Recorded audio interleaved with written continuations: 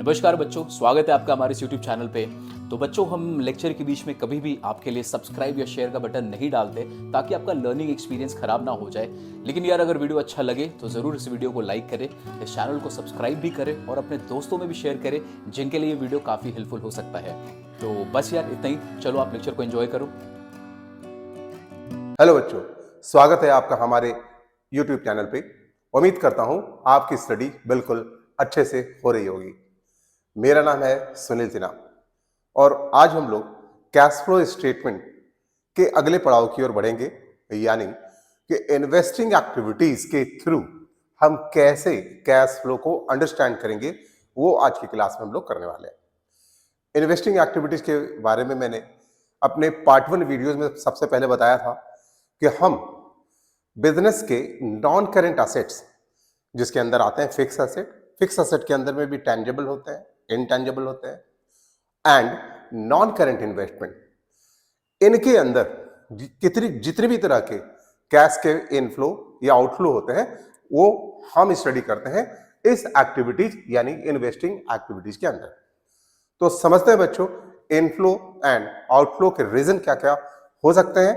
तो मैं दिखाता हूं आपको, यहां मैंने कुछ लिख दिए हैं टर्म्स, ठीक है। इस तरह से हमने ये टर्म लिखे हैं इन्वेस्टिंग एक्टिविटीज में इनफ्लो के क्या क्या रीजंस हैं, उसको मैंने लिखा है यहां पे कि जब हम फिक्स असेट सेल करते हैं या नॉन करेंट इन्वेस्टमेंट, जिसे हम लॉन्ग टर्म इन्वेस्टमेंट भी बोलते हैं, उसे सेल करते हैं तो पैसे का इनफ्लो होता है।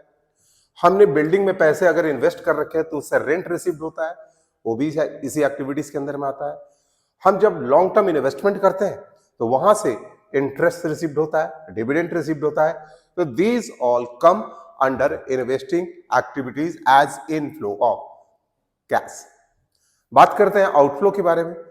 तो यही फिक्स असेट को जब हम परचेज करते हैं तो पैसे आउट हो जाते हैं। इन्वेस्टमेंट में हम पैसा लगाते हैं, यानी इन्वेस्टमेंट अगर हम परचेज करते हैं तो वहां भी ये आउटफ्लो होता है। तो इस तरह से आपको इनफ्लो एंड आउटफ्लो के रीजंस यहां पर आप दिखाया गया है।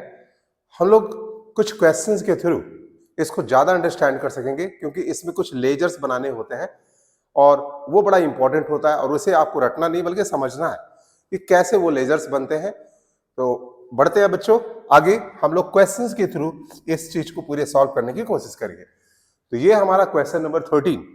हमने अभी तक अपने पहले वाले वीडियोस तक क्वेश्चन नंबर 1 से 12 तक के through cash flow from operating activities को समझाने की कोशिश की है। अगर आप सारे वीडियोस को आप बढ़िया से देख लोगे तो ऑपरेटिंग एक्टिविटीज चूंकि डिफिकल्ट होता है, अगर आप साथ साथ क्वेश्चन के आंसर भी करते जाए, प्लस आपके पास जो भी टेक्स्ट बुक है उससे आप क्वेश्चंस करते जाए, तो आप देखोगे कि you are becoming master over that activities. अब हमें इन्वेस्टिंग एक्टिविटीज पर मास्टरी करना है, तो चलो बात करते हैं कैसे। हमारे सामने क्वेश्चंस है, मेसनरी का रिटेन डाउन वैल्यू, मेसनरी का रिटेन डाउन वैल्यू का मतलब होता है कि आपका जो मेसनरी अकाउंट का लेजर है उसमें जो भी वैल्यू है वो डेप्रिसिएशन माइनस करने के बाद का वैल्यू है, इसीलिए उसे रिटेन डाउन वैल्यू बोलते हैं, ठीक है। तो ये लास्ट ईयर इट वाज थोड़ा सा क्वेश्चन में थोड़ा गलत हो गया है, मैं इसे करेक्ट कर देता हूं। ये फिगर जो है 22 का है और ये फिगर जो है वो 23 का है, ठीक है बच्चों। तो 22 का फिगर 10 लाख, यानी कि प्रीवियस ईयर के फिगर जो है वो 10 लाख के है, अभी बढ़कर ये 15 लाख हो गया। मान लीजिए कि आगे कुछ जो एडिशनल इंफॉर्मेशन है वो अगर नहीं है, तो ये जो इंक्रीज हुआ है 5 लाख से मेसनरी का फिगर, इसे हम अंडरस्टैंड करेंगे कि हमने परचेज किया है और परचेज होने की वजह से 5 लाख के आउटफ्लो हो गया है, ठीक है। ये सिर्फ इस 2 पॉइंट से अभी हमने कंसीडर किया, लेकिन हमारे पास क्वेश्चन में और भी पॉइंट्स हैं which have to be considered. Now the next point is, during the year ending 31st March 17 depreciation was charged rupees 1 lakh। अब सिर्फ इस पॉइंट की बात करें, 10 लाख ओपनिंग बैलेंस था हमारा, लास्ट ईयर का क्लोजिंग बैलेंस को ही इस ईयर के ओपनिंग बैलेंस हम अंडरस्टैंड करते हैं। 10 लाख का बैलेंस था, बट ड्यूरिंग दिस ईयर अगर 1 लाख का डेप्रिसिएशन चार्ज हो गए तो आपकी वैल्यू कम होकर 9 लाख होनी चाहिए, but the closing balance is showing 15 lakh, मतलब it is being increase by 6 lakh. तो 6 लाख इंक्रीज होने का मतलब है कि हमने वो मशीनरी परचेज किया है और 6 लाख के कैश के आउटफ्लो हो गए। तो हम direct without having preparing of ledger account direct समझ जाते हैं अगर ये 3 आइटम आपके पास है तो। लेकिन क्वेश्चंस में आगे लिखता है अ machinery costing ₹20,000, accumulated depreciation rupees 6,000। ये एक्यूमुलेटेड डेप्रिसिएशन का मतलब क्या होता है बच्चे, कि जो मशीन को हम बेच रहे हैं उसका अभी तक का डेप्रिसिएशन 6,000 चार्ज हुआ। अभी तक का मतलब from the date of purchase to the date of sale 6,000 depreciation charge हो चुका है। यानी ये 20,000 जो कॉस्ट का मशीनरी है, इसका रिटेन डाउन वैल्यू आज के तारीख में 14,000 है। तो ये 14,000 का मशीनरी है आज के तारीख में, और इसे हम सेल कर रहे हैं 10,000 में, यानी कि कंपनी को 4,000 का लॉस हो रहा है इस मशीन को बेचने पे। ठीक है, तो अब हम इसके लेजर के थ्रू अंडरस्टैंड करने की कोशिश करेंगे। चलो बच्चों, तो बात करते हैं कि कैसे हम लेजर बनाते हैं। सबसे पहले असेट्स का जो ओपनिंग बैलेंस है, मतलब मशीनरी का जो ओपनिंग बैलेंस है वो 10 लाख है। अब इसका कौन सा बैलेंस होता है तो आपको पता होना चाहिए अब तक कि असेट्स के डेबिट बैलेंस एंड लायबिलिटीज के क्रेडिट बैलेंस होते हैं। मॉडर्न रूल्स ऑफ अकाउंट्स में आपने देखा हो, डेबिट असेट्स के केस में इंक्रीज जब असेट्स होता है तो उसको डेबिट और डिक्रीज होता है तो क्रेडिट। यानी कि डेबिट साइड में मशीनरी अकाउंट का कोई भी अमाउंट आ रहा है, मतलब it will just increase the balances of any asset. So बच्चे, अभी हम लोग इसी पॉइंट को हम लेजर में उतारते हैं, वहां से अंडरस्टैंड करते हैं कि हमने सेल किया है तो ठीक है, वो अमाउंट दिया हुआ है, क्या परचेज भी कुछ हुआ है, तो वो बैलेंसिंग फिगर के थ्रू हम उसे अंडरस्टैंड करेंगे। तो चलो बच्चों करते हैं इसे। सबसे पहले 10 लाख का ओपनिंग बैलेंस को हम दिखलाते हैं डेबिट साइड में, to balance BD, this is 10 lakh. ठीक है, और जो 15 लाख का बैलेंस है उसे हम लिखेंगे बैलेंस सीडी 15 लाख। ठीक है, नाउ कम्स, ये पॉइंट को तो हमने लिख लिया, अभी हमें डेप्रिसिएशन वाली पॉइंट को लिखना है। अब डेप्रिसिएशन को मशीनरी अकाउंट के किस साइड लिखना चाहिए, तो आपको एंट्री पता होना चाहिए कि what entry we pass for the depreciation. तो डेप्रिसिएशन के लिए एंट्री होता है depreciation account debit to machinery account. मैं लिख भी दूंगा अभी, depreciation account debit to machinery account, यानी हमारी इस एंट्री में machinery account is being credited. So credit अगर मशीनरी अकाउंट होता है तो मशीनरी अकाउंट के लेजर में हम क्रेडिट साइड में लिखते हैं बाय डेप्रिसिएशन, और वो अमाउंट आता है 1 लाख का। ठीक है बच्चों, तो ये डेप्रिसिएशन का एंट्री हो गया।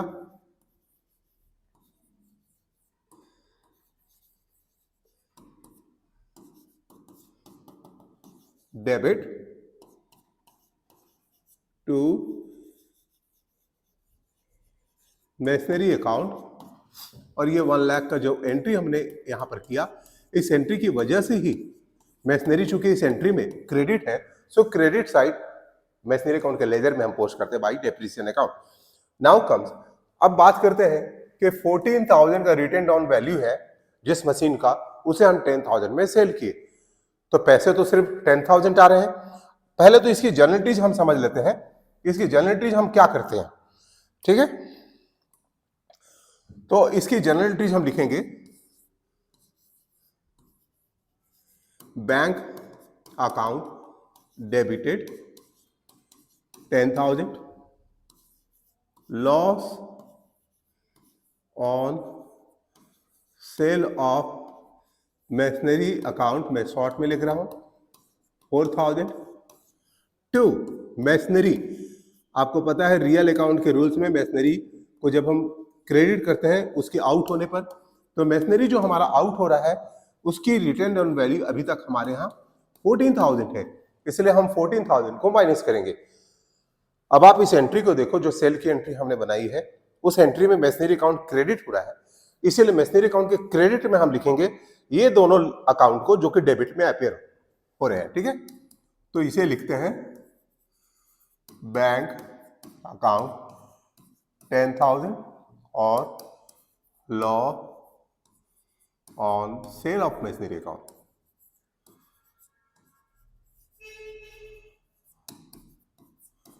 4,000। तो इस तरह से वट एवर इंफॉर्मेशन आपके क्वेश्चंस में थे उस इंफॉर्मेशन को हम लोगों ने पुट कर दिया। ठीक है बच्चों,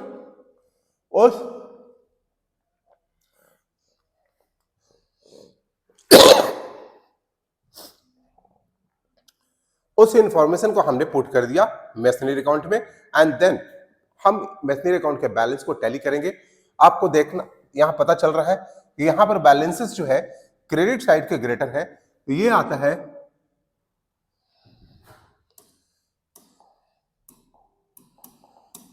16,14,000। अब आपको देखना है कि डेबिट साइड में टोटल कितने से कम पड़ रहा है, तो आपको पता है 6,14,000 से ये कम पड़ रहा है।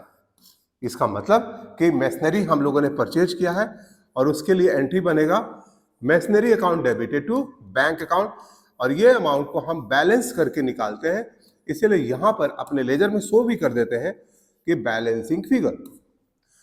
तो बच्चों इस तरह से हम लोगों ने देखा, क्या देखा कि हमारे पास परचेज करने से ये आउटफ्लो हो जा रहे हैं और सेल करने से हमारे पास ये इनफ्लो हो जा रहे हैं।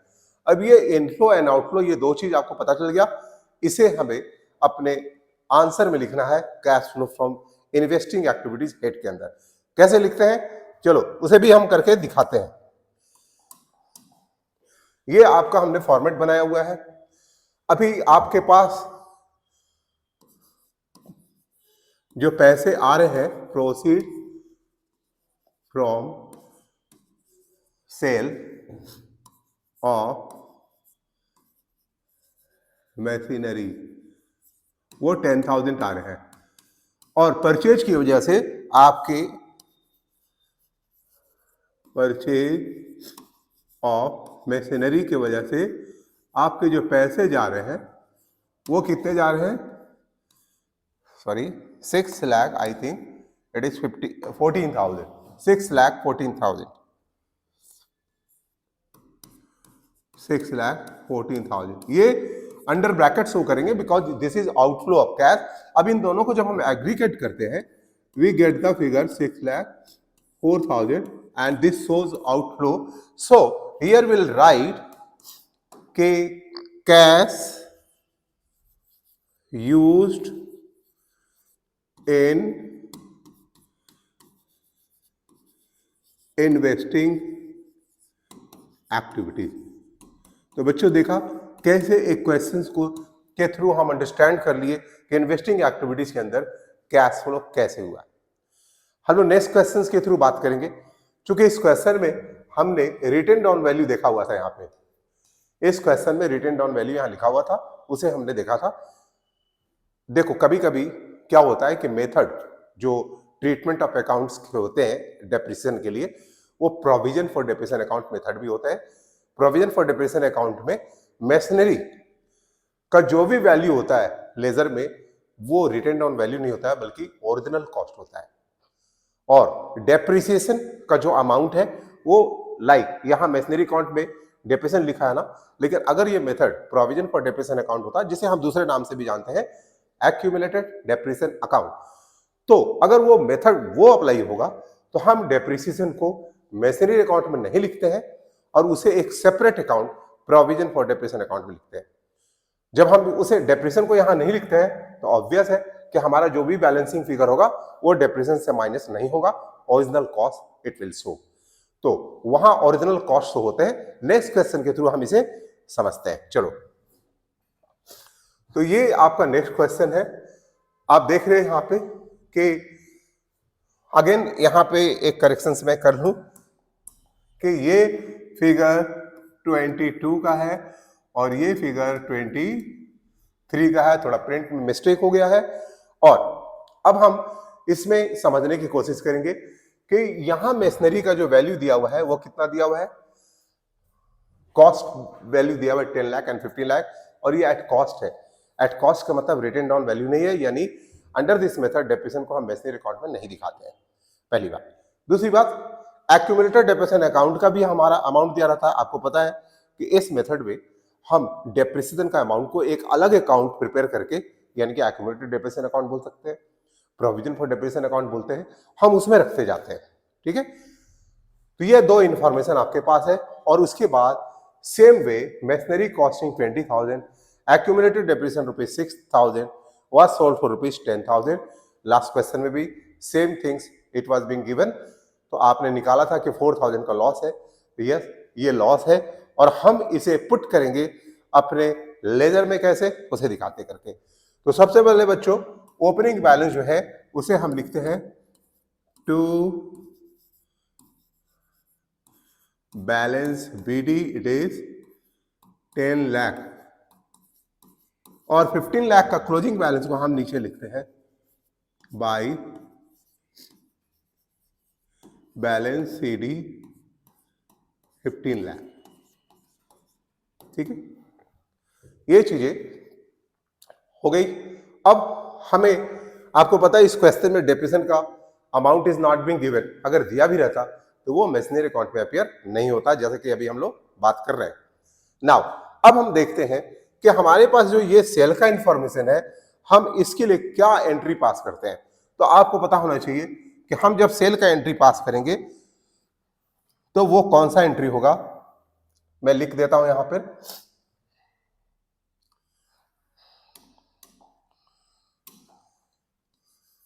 बैंक अकाउंट डेबिटेड 10,000,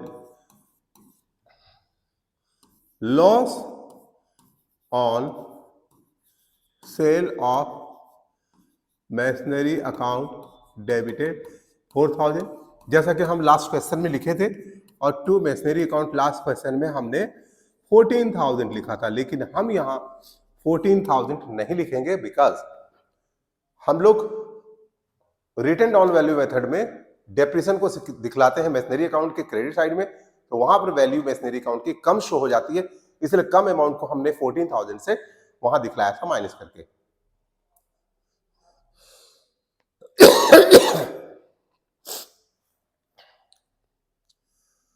यहां पर हम क्या करेंगे कि मैसनरी अकाउंट का जो ओरिजिनल प्राइस है 20,000 उसे कैंसिल करेंगे, क्योंकि original price is being maintain under this method. तो अब का डेबिट बैलेंस जो 6,000 से कम पड़ रहा है, इसके लिए हम क्या करते हैं, यहां पर लिखते हैं प्रोविजन फॉर डेप्रिसिएशन अकाउंट या एक्यूमुलेटेड डेप्रिसिएशन अकाउंट, दोनों एक ही चीज है। क्योंकि क्वेश्चन में एक्यूमुलेटेड लिखा हुआ है तो मैं ये लिख दे रहा हूं ताकि आपको समझ में आना चाहिए कि ये दोनों एक ही चीज है। ऐसा नहीं है कि ये बैलेंसिंग फिगर मैच नहीं किया, इसलिए ऐसा हमने किया। इसके पीछे का रीजन है कि अंडर दिस मेथड हम डेप्रिसिएशन, हर मशीन के डेप्रिसिएशन का जो अमाउंट है उसे एक separate account, accumulated depreciation account यानी प्रोविजन फॉर डेप्रिसिएशन अकाउंट के क्रेडिट में रखते जाते हैं, एक्यूमुलेट करते जाते हैं। लेकिन जिस दिन किसी मशीन को सेल कर दिया जाता है तो उस मशीन के हिस्से का जो भी डेप्रिसिएशन का अमाउंट आता है उसे अब क्रेडिट में मेंटेन नहीं करना है आगे, तो हम उसे कैंसिल कर देते हैं, और कैंसिल करने के लिए क्रेडिट को हमें डेबिट करना होता है। सो उस लॉजिक की वजह से यहाँ यह डेबिट हुआ है। तो इस तरह से आपको सेल का जो एंट्री है वो मैंने आपको सिखाया है। अब इसकी पोस्टिंग भी सिखाएंगे कि हम मैसनरी अकाउंट के लेजर में कैसे लिखेंगे। तो आपको पता है कि मैसनरी अकाउंट यहाँ क्रेडिट हो रहा है, सो उसके लेजर के क्रेडिट में लिखेंगे। क्या लिखेंगे, जो अकाउंट डेबिट में अपीयर हो रहे हैं। तो डेबिट में ये 3 अकाउंट अपीयर हो रहे हैं, ये तीनों अकाउंट को हम यहां पर लिखेंगे बैंक अकाउंट 10,000, ओह सॉरी हमने यहां पर बाय नहीं लिखा,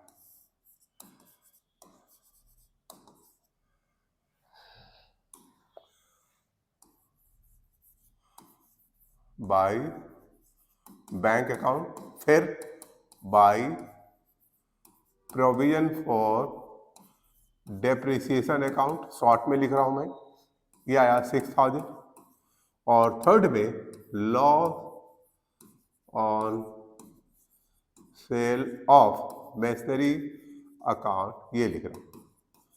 अभी आप देख रहे हो बच्चों कि depreciation account is not being appeared here, और हमारा मेसिन अकाउंट जो है उसका बस यहां तक हम लोगों ने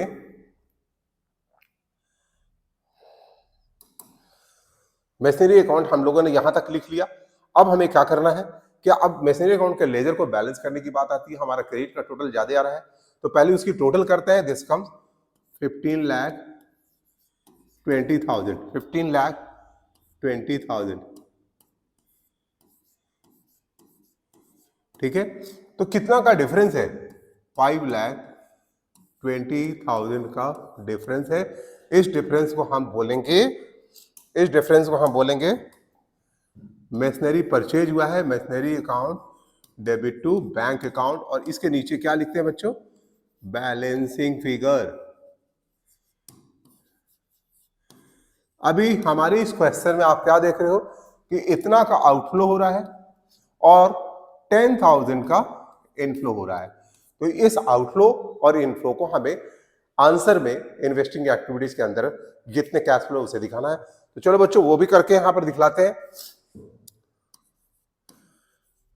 proceeds from the sale of machinery से 10,000 आए हैं, इसे यहां दिखलाना है। और परचेज की वजह से परचेज ऑफ मशीनरी की वजह से कितने पैसे आउट हो रहे हैं वो यहां आपको निकला हुआ है 5,20,000, 5,20,000, जिसे हमें अंडर ब्रैकेट में इसलिए शो करना है कि दिस इज आउटफ्लो। अब इन दोनों को टोटल करेंगे तो इट कम्स 5,10,000। और इसके लिए हम लोग जो नेमिंग करेंगे वो होगा, चूंकि पैसे आउट हो रहे हैं, cash used in investing activities. ठीक है, हालांकि बच्चों आपने देखा कि हमने इन्वेस्टिंग एक्टिविटीज के अंदर कैश फ्लो को तो निकाल लिया और हम लोगों ने इसका कोई भी यूज नहीं किया, यानी provision for accumulated depreciation account या प्रोविजन फॉर डेप्रिसिएशन अकाउंट का कोई भी यूज नहीं किया और हमारे ये आंसर आ गए। एक्चुअली इन्वेस्टिंग एक्टिविटीज में इसका यूज तो नहीं है, लेकिन कंपनी ने इस बार कितना का डेप्रिसिएशन चार्ज किया है ये हमें पता नहीं चल रहा है। डेप्रिसिएशन इसलिए जानना चाहिए क्योंकि जब हम ऑपरेटिंग एक्टिविटीज बनाते हैं तो वहां पर डेप्रिसिएशन के अमाउंट को नॉन कैश आइटम के रूप में हमें ऐड करना होता है। तो वो डेप्रिसिएशन का अमाउंट कैसे निकलता है? जब हम प्रोविजन फॉर डेप्रिसिएशन अकाउंट जो है उसके लेजर बनाते हैं तो उसके थ्रू मिलता है। हालांकि इस क्वेश्चंस में इसका कोई रिक्वायरमेंट नहीं है, इसलिए मैंने नहीं बनाया, लेकिन मैं आपको करके दिखा देता हूं कि अगर ऐसा हो, किसी रीजन से कभी कभी इसे बनाना भी पड़ता है, तो हम इसे करके दिखा देते हैं आपको बच्चों।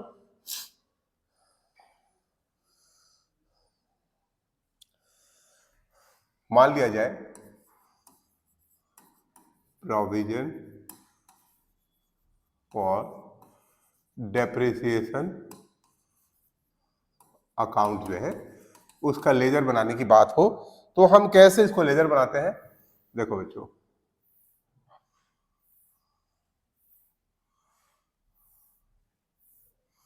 बड़ी आराम से इसके लेजर बन जाएंगे।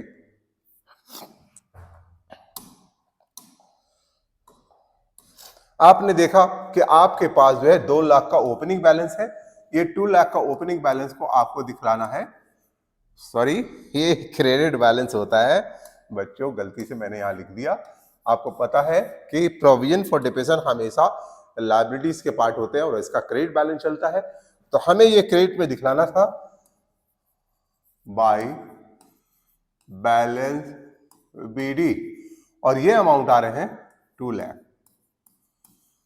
अब 3 लाख का जो क्लोजिंग बैलेंस दिया हुआ है आपके क्वेश्चन में, ये वाला, इसे हम दिखलाएंगे टू बैलेंस बीडी। नाउ आपने जो एंट्री देखा था उस एंट्री में हमने क्या लिखा था? सेल की एंट्री में bank account debited 10,000, provision for depreciation account भी मैंने डेबिट किया था 6,000 से। तो चूंकि प्रोविजन फॉर डेप्रिसिएशन अकाउंट उस एंट्री में डेबिट हो रहा है, इसलिए इसके डेबिट में हम लिखेंगे, क्रेडिट में हमने जो मेशनरी लिखा था वो वाला अकाउंट यहाँ लिखेंगे। लेजर पोस्टिंग तो ऐसे ही होता है बच्चों, और अमाउंट हम 6000 लिखेंगे। इस तरह से 3 फिगर्स हमें प्रोविजन फॉर डेप्रिसिएशन अकाउंट के अंदर मिलते हैं। अब हम इसको बैलेंसिंग का काम करते हैं, तो दिस कम 3,06,000, 3,06,000, और जो अमाउंट आ रहा है आपका बैलेंसिंग अमाउंट वो कितना आ रहा है 1,06,000। क्या एज्यूम करेंगे कि इस बार कंपनी ने जो डेप्रिसिएशन चार्ज किया है वो 1,06,000 का चार्ज किया है। ये बैलेंसिंग फिगर है, शॉर्ट में हम लिख रहे हैं, और ये 1,06,000 डेप्रिसिएशन कंपनी ने पूरे मशीनरी का इस ईयर चार्ज किया, वो अमाउंट निकल कर आया, और इसे हम ऑपरेटिंग एक्टिविटीज में जगह देते हैं नॉन कैश एक्सपेंसेस के रूप में। तो चलो बच्चों, इसकी इस क्वेश्चन में तो कोई जरूरत नहीं थी, फिर भी मैंने इसे बताया आपको कि ताकि कभी आपको कोई कंफ्यूजन नहीं हो। कभी कभी इसे बनाना आपकी मजबूरी भी होती है, हम लोग आगे भी कभी डिस्कस करेंगे, जब इसकी हम फिनिशिंग में जाएंगे तो इसकी भी डिस्कशन हम लोग कर लेंगे। तो चलो बच्चों, इस तरह से हम लोगों ने क्वेश्चंस 14 को कंप्लीट किया है।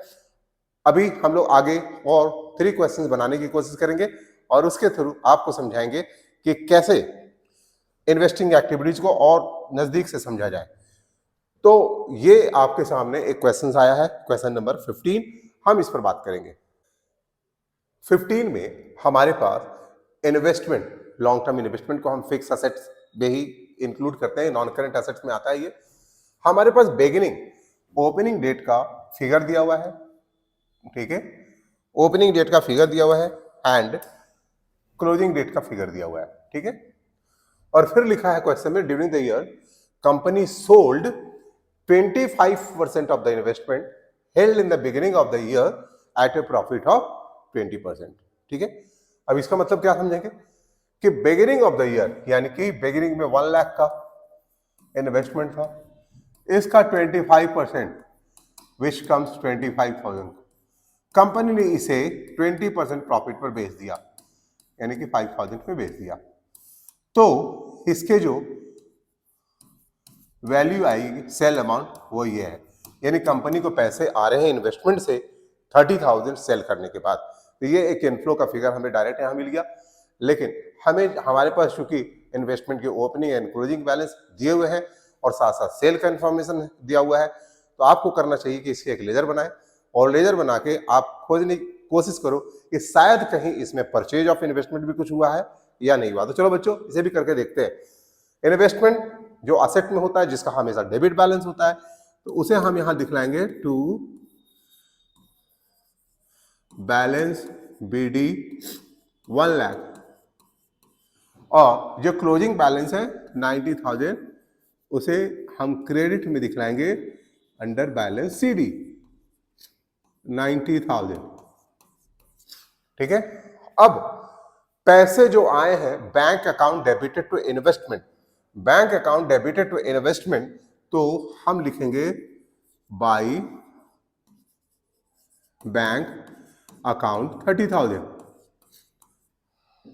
देखो बच्चों, आपको ये तो पता है कि पैसे जब आ रहे हैं तो हम एंट्री करते हैं bank account debited investment account, तो यानी पैसे 30,000 आए, इन्वेस्टमेंट क्रेडिट किया हमने 30,000 से, तो 30,000 चूंकि इन्वेस्टमेंट क्रेडिट है हम क्रेडिट साइड में लिख दिए। लेकिन आपको पता है कि जो इन्वेस्टमेंट को क्रेडिट कर रहे हैं उसका कॉस्ट प्राइस कितना है 25,000, लेकिन हमने क्रेडिट कितना से कर दिया 5,000 ज्यादा से। ये 5,000 है क्या, ये प्रॉफिट है, तो उसके लिए भी एक एंट्री पास करते हैं हम लोग, ठीक है। तो सबसे पहले हम एंट्री को भी दिखला दें आपको। जो हमने पहला एंट्री किया था वो था bank account debited 30,000 to investment account 30,000, ठीक है बच्चों। अभी इसमें आपको पता है कि इन्वेस्टमेंट क्रेडिट एक्सेस हो गया है 5,000 से, तो उस एक्सेस क्रेडिट को हम डेबिट करके प्रॉफिट में बुक करेंगे, और इसके लिए एंट्री पास होता है वो investment account debit 5,000 to profit on sale of investment को मैं शॉर्ट में लिख दे रहा हूं। अब इस एंट्री की वजह से इन्वेस्टमेंट डेबिट है, तो हम डेबिट में लिखते हैं to profit on sale of investment. तो बच्चों यहां तक आपको बात समझ में आ गई। हालांकि आप लोग एक तरह से याद भी कर लेते हो कि प्रॉफिट होने पर हम डेबिट साइड में शो करते हैं, लॉस होने पर हम क्रेडिट साइड में शो करते हैं। चलो याद भी कर लो, अच्छा है, लेकिन आपको एंट्रीज भी पता होना चाहिए कि किस वजह से ये डेबिट होता है, किस एंट्री की वजह से ये क्रेडिट होता है। तो बिल्कुल बात आपको समझ में आ गई अभी। चलो वापस आते हैं अब हम अपने क्वेस्ट लेजर पे। अब लेजर को आपने यहां पर देखा कि यहां पर क्रेडिट का टोटल 1,20,000 आ रहा है, डेबिट का टोटल ओनली 1,05,000 आ रहा है। 15,000 से डेबिट साइड लेस है, तो ये लेस अमाउंट जो है 15,000, इसका मतलब है कि इतना का इन्वेस्टमेंट हम लोगों ने परचेज किया है। बैंक अकाउंट आपको पता हो गया ना अब तक कि बैलेंसिंग फिगर के थ्रू हम इस अमाउंट को निकालते हैं और तब दोनों साइड में हम इसकी टोटल को इक्वली शो करते हैं। अब देख बच्चों, आपको मिला क्या ये दोनों में से? इन दोनों से आपको आउटफ्लो और इनफ्लो पता चल गया। क्या आउटफ्लो है, क्या इनफ्लो है? ये परचेज हुआ है तो आउटफ्लो है, और ये सेल हुआ है तो इनफ्लो है। अब ये दोनों फिगर को हम अपने आंसर में दिखलाएंगे, तो यहां लिखेंगे प्रोसीड्स फ्रॉम, प्रोसीड्स का मतलब रिसीविंग सेल ऑफ इन्वेस्टमेंट। आप चाहो तो सिर्फ सेल ऑफ इन्वेस्टमेंट भी लिख सकते हो, और परचेज की वजह से हमारे 15,000 चले गए। परचेज ऑफ इन्वेस्टमेंट की वजह से 15,000 का कैश आउटफ्लो हो गया, तो फाइनल फिगर आपके 15,000 प्लस में आते हैं, जिसे हम नाम देते हैं cash flow from investing activity. ये पैसा आ रहा है, बढ़ रहा है, इंक्रीज हो रहा है, इसीलिए हम यूज नहीं लिखेंगे cash flow from investing activities. तो इस तरह से बच्चों हम लोगों ये 3 क्वेश्चन सॉल्व किए, और इसके थ्रू हमें पता चल गया कि कैश फ्लो एक्चुअली में कितना हो रहा है। तो अभी ये 15 नंबर क्वेश्चंस के बाद हम फिर बढ़ेंगे आगे अगले क्वेश्चंस की ओर। 16 नंबर क्वेश्चन थोड़ा बड़ा है, ठीक है, बड़ा है तो क्या है, डरने की बात नहीं है। यहां हमारे पास 4 इंफॉर्मेशन है बैलेंस शीट में, ठीक है। अगेन यहां पर हमें देखना क्या है कि masonry account last year it was 2 lakh, अभी ये बढ़ के हो गए 4 लाख।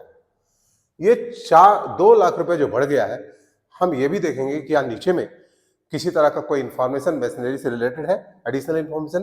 तो यस, सेकंड नंबर पे आपके पास एक इंफॉर्मेशन है, सेकंड नंबर में डेप्रिसिएशन ऑफ मेशनरी 20,000, और जितने भी पॉइंट्स है मेशनरी से रिलेटेड कोई इंफॉर्मेशन नहीं है, तो आपको अब इसके लिए लेजर बनाने की कोई जरूरत नहीं है।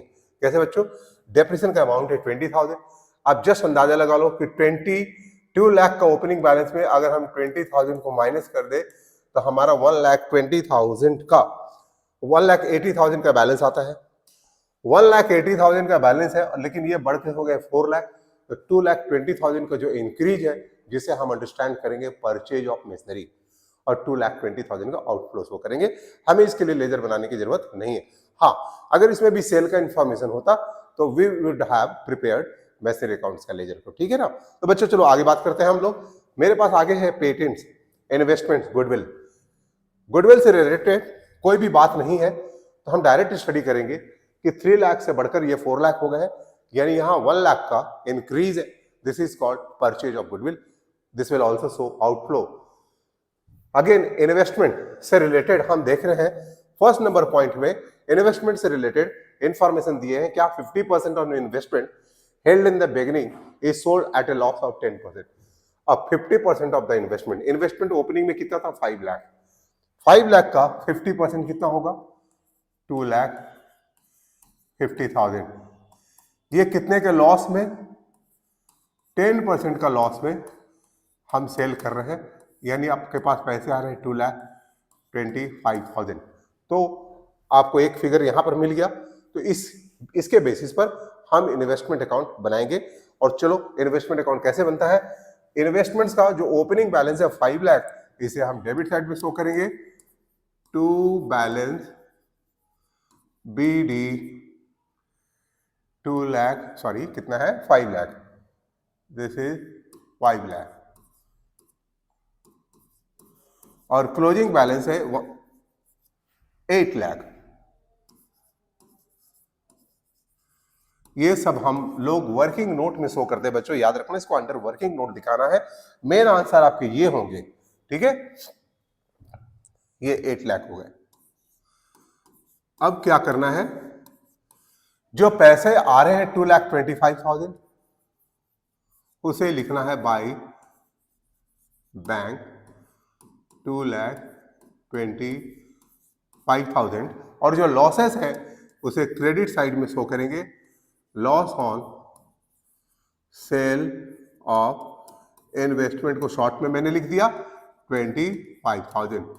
ये जो क्रेडिट साइड में हमने शो किया, actually for this we pass entry bank account debited 2,25,000, loss on sale of investment account debited 25,000, to investments account 2,50,000। यानी इन्वेस्टमेंट क्रेडिट हो रहा है 2,50,000 से, तो इन्वेस्टमेंट के क्रेडिट साइड में हमें 2,50,000 लिखना है, लेकिन डेबिट में जो अकाउंट अपीयर हुए हैं उसके नाम से लिखना है। तो जो एंट्री है उसी के हिसाब से हम यहाँ पर लेजर पोस्टिंग करते हैं। चलो बच्चों, तो हमने ये वाले फिगर से लेजर्स तो बना लिए। अब लेजर को टैली करने की बारी आती है, तो हम इसे टैली करेंगे। हमारा क्रेडिट साइड जो है शो कर रहा है 10,50,000, 10,50,000, और जो डिफरेंस आ रहा है वो 5,50,000 का डिफरेंस आ रहा है। क्या नाम देंगे कि हम लोगों ने इन्वेस्टमेंट परचेज किया हुआ है, और ये बैलेंसिंग फिगर के थ्रू हमें पता चल रहा है। तो यहां एक लेजर तैयार होता है जहां पर हम इसे इनफ्लो शो करते हैं और इसे आउटफ्लो शो करते हैं। तो जब हम बनाएंगे इसके final cash flow from investing activity, जब आंसर लिखेंगे तो आपको यहां पर पता चल रहा है लेजर से कि इनफ्लो एंड आउटफ्लो क्या हो रहा है। बढ़ते हैं आगे पेटेंट्स की ओर। पेटेंट्स के बारे में आपके क्वेश्चंस में देखो लिखा हुआ है, opening balance is given 260, closing balance is 1 lakh. Again इसे हम लेजर पोस्ट करते हैं, चूंकि इससे रिलेटेड हमारे पास कुछ एडिशनल इंफॉर्मेशन है, इसलिए हमें इसके लेजर बनाने पड़ रहे हैं। तो टू बैलेंस BD में हम लिखेंगे 2,60,000, और क्लोजिंग बैलेंस में हम लिखेंगे 1 लाख, जो क्वेश्चन में गिवन है। ठीक है, अभी बात करते हैं एडिशनल इंफॉर्मेशन में। Point number 3, patents were written off ₹50,000। तो पेटेंट जब रिटर्न हो रहा है, अमोर्टाइज हो रहा है, तो उसके लिए एंट्री होता है amortization account debit to patent account. तो हम पेटेंट को क्रेडिट कर रहे हैं, इसलिए क्रेडिट साइड में अमोर्टाइजेशन अकाउंट लिखकर हम इस 50,000 के अमाउंट को लिखेंगे। नाउ नेक्स्ट लिखा है, and some patents were sold at a profit of ₹10,000। अच्छा, ये प्रॉफिट इज गिवन, बट ये नहीं लिखा है कितने में सेल हुआ है। तो चलो सिर्फ प्रॉफिट की एंट्री तो पास कर ही सकते हैं हम लोग। तो आप लोग सीख चुके थे कि प्रॉफिट की एंट्री हम लोग डेबिट साइड में करेंगे।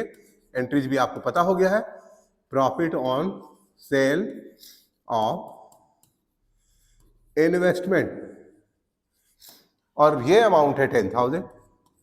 अब ये लिखने के बाद हम इसे टैली करके देखने की कोशिश करेंगे कि एक्चुअली में जो इन्वेस्टमेंट पेटेंट जो सेल हुआ कितने का सेल हुआ है। यहां फिगर आ रहा है 2,70,000, यहां फिगर 2,70,000 आना ही चाहिए, और बैलेंसिंग अमाउंट हम इसमें से 1,50,000 को जब माइनस करेंगे तो हमें मिलेगा 1,20,000, which will show inflow of cash, इतना में बिका है पेटेंट।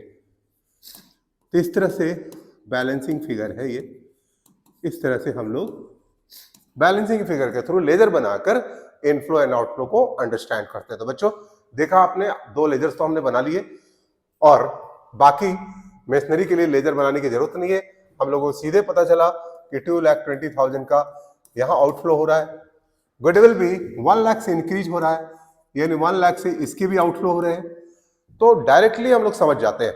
नाउ एडिशनल इंफॉर्मेशन के पॉइंट 4th एंड 5th में आपने देखा कि इंटरेस्ट एंड रिसिप्ट लिखा हुआ है, दिस इज इनफ्लो, इसके लिए लेजर की जरूरत नहीं है।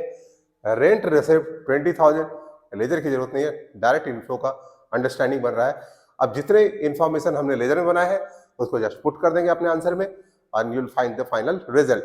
तो चलो बच्चों, इसे भी बना के हम लोग खत्म करते हैं।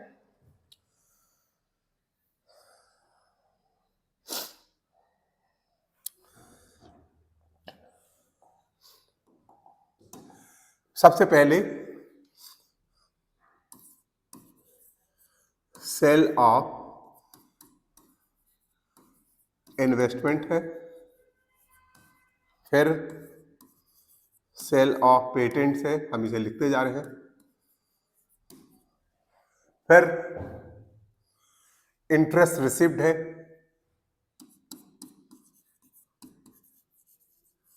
इंटरेस्ट रिसीव्ड है, ये इनफ्लो वाले आइटम को हम पहले लिख दे रहे हैं,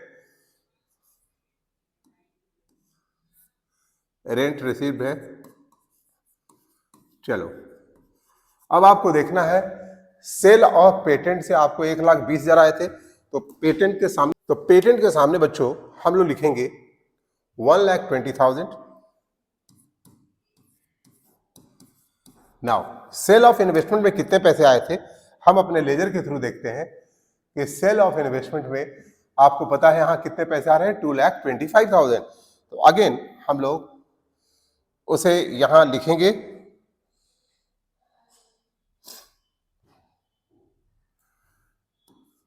$2,25,000। नाउ आपको पता है इंटरेस्ट रिसिप्ट के नाम पर 40,000 और रेंट रिसिप्ट के नाम पर आपको 20,000 आया है। तो इस तरह से इनफ्लो को हम लोगों ने लिख लिया। अब हम लोग क्या करेंगे, परचेज ऑफ मशीनरी जो डायरेक्टली हमने क्वेश्चंस में मार्क कर लिया था 2,20,000, उसे लिख देते हैं, अंडर ब्रैकेट में शो करेंगे हम लोग। फिर गुडविल को भी डायरेक्ट 1 लाख से हम लोगों ने अपने क्वेश्चंस में मार्क किया हुआ है, परचेज ऑफ गुडविल 1 लाख। और आपने एक और परचेज लेजर के थ्रू इन्वेस्टमेंट का देखा था, परचेज ऑफ इन्वेस्टमेंट, ये आया था 5,50,000। तो इस तरह से आउटफ्लो के फिगर मिल गए, इन्वेस्टमेंट में कोई भी परचेज नहीं हुआ था। तो अब आपको करना क्या है, इसकी टोटलिंग करनी है। जब आप टोटल करोगे तो यू विल गेट, प्लस वाले मैं पहले कर दे रहा हूं, ये प्लस वाले फिगर है, माइनस वाले फिगर है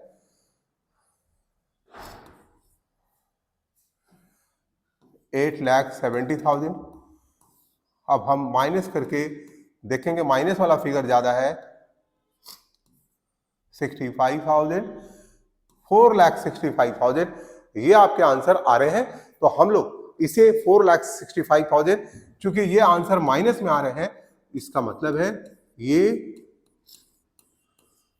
यूज्ड हुआ है cash use in investing activity. ठीक है बच्चों, तो इस तरह से हम लोगों ने क्वेश्चंस के थ्रू अंडरस्टैंड किया है कि इन्वेस्टिंग एक्टिविटीज में कैसे कैश फ्लो और इन कैश का आउटफ्लो एंड इनफ्लो को अंडरस्टैंड करते हैं। ठीक है बच्चों, एक लास्ट क्वेश्चंस के थ्रू हम फिर बात करेंगे जो कि बिल्कुल इजी से क्वेश्चन होगा और उसको जस्ट आपको जस्ट समझा देंगे कि उसमें ज्यादा कुछ मेहनत करने की जरूरत नहीं है, कोई लेजर बनाने की जरूरत नहीं है। वैसे भी क्वेश्चंस आते हैं एंड बच्चे कभी उसे देख के घबरा जाते हैं कि यार बहुत बड़ी सी क्वेश्चन है, कैसे करें। तो बच्चे चलो उस पर बात करते हैं हम लोग। इस क्वेश्चन में आप देखोगे कि आपको कोई लेजर बनाने की जरूरत नहीं है, डायरेक्ट आपको क्वेश्चंस में हिंट दिया हुआ है जहां से आपको पता चलेगा कि आउटफ्लो हो रहा है या इनफ्लो हो रहा है। जैसे आप देख रहे हो परचेज ऑफ मशीनरी है, परचेज ऑफ मशीनरी का मतलब है कि यहां पर कैश का आउटफ्लो हो रहा है। सेल ऑफ मशीनरी है, कैश का इनफ्लो हो रहा है। इन्वेस्टमेंट बेचे हैं, पैसे आ रहे हैं। ठीक है, परचेज ऑफ गुडविल की वजह से पैसे आउट हो रहे हैं। फिर क्या देख रहे हैं, सेल ऑफ पेटेंट, इसकी वजह से पैसे इनफ्लो हो रहे हैं। तो जस्ट मैं प्लस माइनस करके आपको जस्ट इनफ्लो, यहाँ rent received, interest received, dividend received, ये तीनों की वजह से पैसे इनफ्लो हो रहे हैं। अब इनफ्लो वाले को हमने यहां पर डायरेक्ट पहले लिख दिया है, यहां से यहां तक इनफ्लो वाला आइटम है, यहां से यहां आउटफ्लो वाला आइटम है। आउटफ्लो का टोटल, इनफ्लो का टोटल को एग्रीगेट करने के बाद हमें 20,000 प्लस में आंसर मिलते हैं। उसके लिए हम क्या लिखते हैं, cash flow from investing activity. तो इस तरह से बच्चों आपने देखा कि इन्वेस्टिंग एक्टिविटीज में डिफरेंट क्वेश्चंस के थ्रू हम कैसे इन्वेस्टिंग एक्टिविटीज के कैश फ्लो को अंडरस्टैंड करते हैं। अगले वीडियोज में हम लोग फिर मिलेंगे जिसमें cash flow under financing activities की स्टडी करने वाले हैं। अगले वीडियोज में हम लोग बात करेंगे अंडर फाइनेंसिंग एक्टिविटीज कैसे कैश फ्लो को अंडरस्टैंड करते हैं, और अब आपके लिए कैश फ्लो बिल्कुल आसान सा लगने वाला है। अगर वीडियो अच्छा लगा हो तो इसे लाइक जरूर करें, हमारे चैनल को सब्सक्राइब करें और अपने दोस्तों में शेयर करना न भूलें। ओके बच्चे, then take care and bye bye. Subscribe now and press the bell icon. Never miss an update.